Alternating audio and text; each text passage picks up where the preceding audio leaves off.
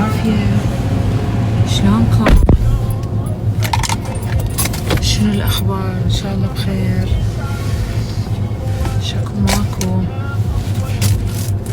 طبعا ما نايمة بس 3 ساعات، بس عندي معاملة لازم أروح أكمل بيها.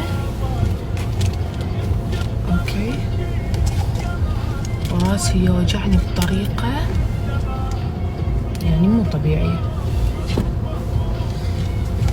راح هيجي سهرة بنات، تونست كلش. مهم صباح الورد، يلا قوموا.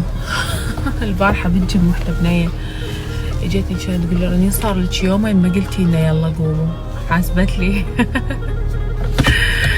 حبيبتي يلا قوموا، صار صباح الورد والخير، طاقة الصبح تختلف عن قعدة الظهر. يخبل الصبح، يجي واحد يقعد له بمكان يشرب له فنجان قهوة بحديقتك بغرفتك.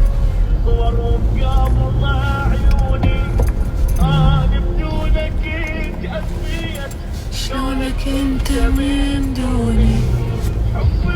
شلون سما حلوة،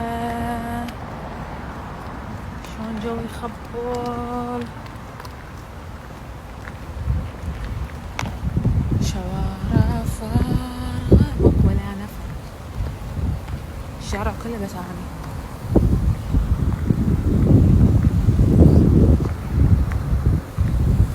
حلو الصبح، ما الله يهديني ويقعدني يوميا الصبح وشوف هاي الشمس الحلوة. حتى الناس اللي نصبح بوجوههم الصبح تحسون بيهم نور هيجي، بيهم هيجي رزق طاقة حلوة. ناس قاعدين على باب الله.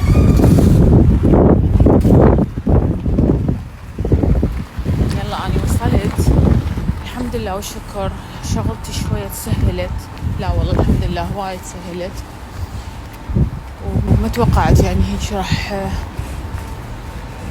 يعني تمشي. الحمد لله. يلا اشرب قهوة، وراها اليوم مسبح. ان شاء الله يصير عندي وقت اروح للمسبح، لانه انا المسبح احبه اكثر من الجيم، فهم؟ ان شاء الله يصير عندي وقت